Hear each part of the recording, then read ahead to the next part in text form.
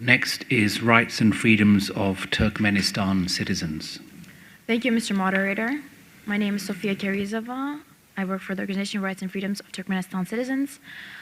Under the guise of fighting the dictatorship, attacks are being made on human rights activists and journalists who have Jewish blood.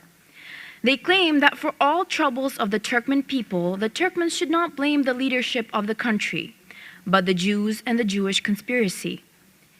The regime is not only persecuting human rights activists and journalists of other nationalities, citizens professing Islam are also persecuted. Those who attend mosques and preach Islam are persecuted by the authorities.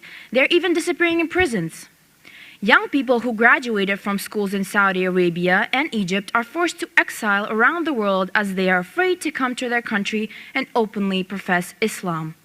The president of the country, first Gurbanguly Berdimuhamedow and now his son Serdar Berdimuhamedow, have essentially forced believers to worship the ruling family, their ancestors, and their clan. In every prayer, Turkmen people are obliged to praise the president and his family. Citizens who disagree with this are sent to the Avadan-Tepe concentration camp. Once in Avadan-Tepe, those persecuted die of hunger.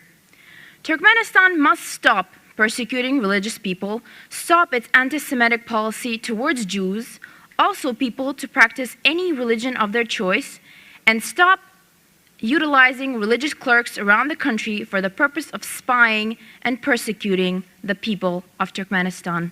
Thank you. Adam yolu, adat yolu, aklına neyme, aklına